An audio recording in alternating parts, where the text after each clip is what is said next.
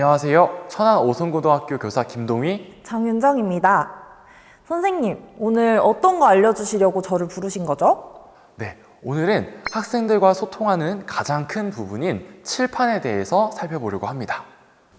선생님은 혹시 어떤 칠판 사용하셨었나요? 저 때는 분필 칠판이어서 열심히 지운 다음에 지우개 먼지 먹으면서 털고 그랬었거든요. 저는 마카 칠판 세대라서 선생님이 수업하고 난 후에 지우개로 열심히 칠판을 닦았던 기억이 있습니다. 선생님, 그런데 이제 더 새로운 세대의 칠판이 등장한 거 알고 계신가요? 어떤 칠판이죠? 네, 바로 전자칠판입니다. 우와, 이게 전자칠판인가요? 네, 맞습니다.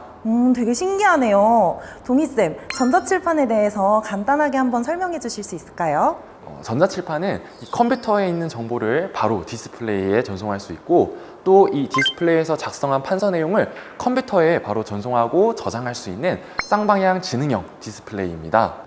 동희쌤, 근데 전자기기라고 하니까 저한테는 조금 어렵게 느껴지기도 하고 기능도 되게 많을 것 같이 느껴지거든요. 기능에 대해서도 한번 설명해 주세요. 네, 좋습니다. 그러면 저희가 직접 활용해 보면서 전자칠판의 기능을 살펴볼까요? 칠판의 가장 중요하고 기본적인 기능인 판서 기능을 살펴보도록 하겠습니다. 먼저 컴퓨터 화면에 띄어져 있는 그림판 프로그램 위에 판서를 해보도록 하겠습니다. 이렇게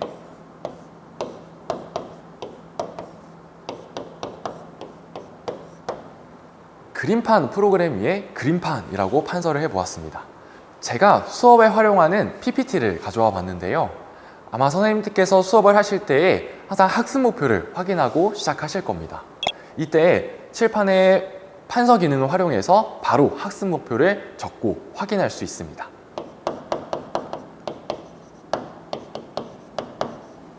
라고 적을 수도 있고요. PPT 내용에서 강조하고 싶은 내용이 있다면 이렇게 밑줄도 긋고 별표도 칠 수 있습니다. 교과서 PDF 위에도 판서를 할 수 있습니다. 예를 들어서 오늘은 자료와 정보를 배워볼 겁니다 라고 이야기를 하면서 이렇게 자료와 정보 부분을 강조할 수도 있고, 오늘은 자료와 정보 단원에서 자료와 정보의 표현을 살펴보겠습니다 라고 하면서 학생들과 함께 소통하고 교과서를 보면서 수업을 진행할 수 있다는 장점이 있습니다.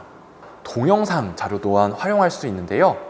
재생하던 중간에 멈추고 싶은 구간이 있다면 바로 이렇게 정지를 한 후 여기서 강조하고 싶은 내용의 밑줄을 그을 수도 있고요. 새로운 그림을 추가한다거나 설명을 판서할 수 있습니다. 이처럼 전자칠판은 다양한 자료 위에 다양한 방식으로 판서를 할 수 있다는 장점이 있습니다. 미러링 기능을 활용하면 보다 스마트한 수업을 할 수 있는데요. 미러링 기능이란 이 전자칠판에 학생들이 사용하는 스마트폰 혹은 태블릿, PC의 화면을 전자칠판에 바로 공유할 수 있는 기능을 말합니다. 바로 스마트폰의 화면을 전자칠판 위에 띄울 수 있습니다. 전자칠판에 띄운 후 학생들이 제작한 발표 자료 등을 전자칠판에 바로 공유할 수 있습니다. 이러한 기능이 바로 미러링 기능입니다. 그러면 프로젝트 활동이나 모둠 활동을 할 때 결과를 바로 공유하고 피드백도 바로 받을 수 있겠네요. 네, 맞습니다. 그렇게 하면 수업의 질을 훨씬 높일 수 있겠죠?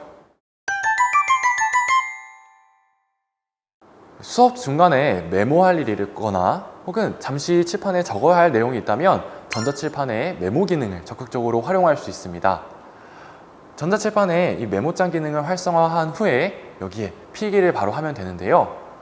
여기에 학급회의라고 적어보도록 하겠습니다.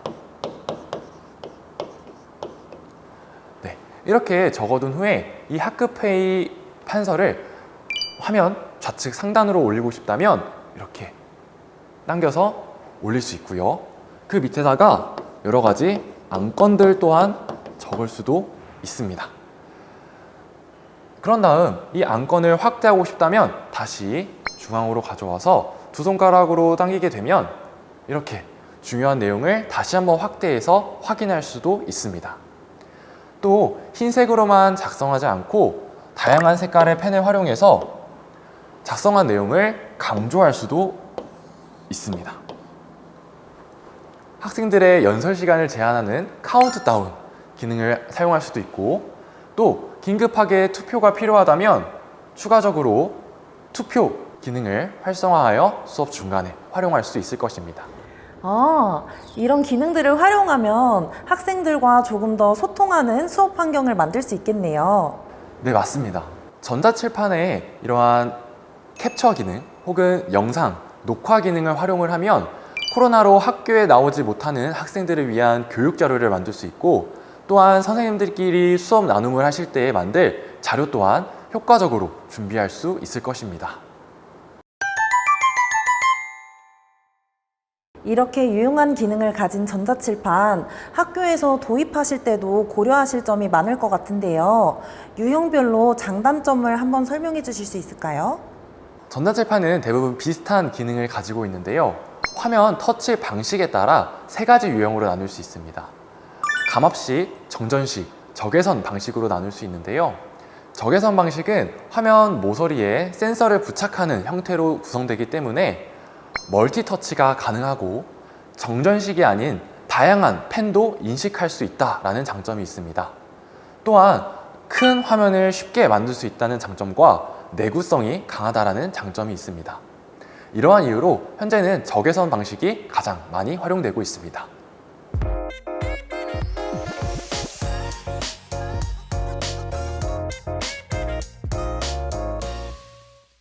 그럼 전자칠판을 사용할 때 주의할 점이나 알아두어야 할 점이 있을까요?